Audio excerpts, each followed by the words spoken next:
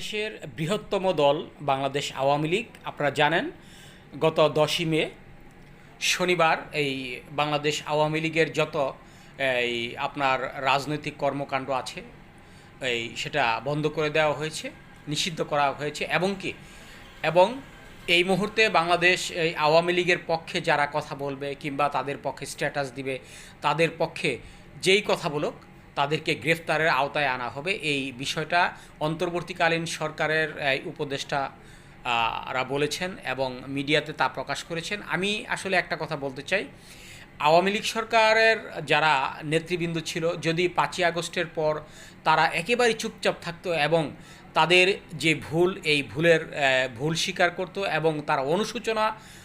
তাদের মধ্যে একটি অনুশোচনা বোধ মানুষ দেখতে পেত, তাহলে আমার মনে হয় না এই মুহূর্তে বাংলাদেশ আওয়ামী লীগকে এই অন্তর্বর্তীকালীন সরকার নিষিদ্ধ করতে পারত।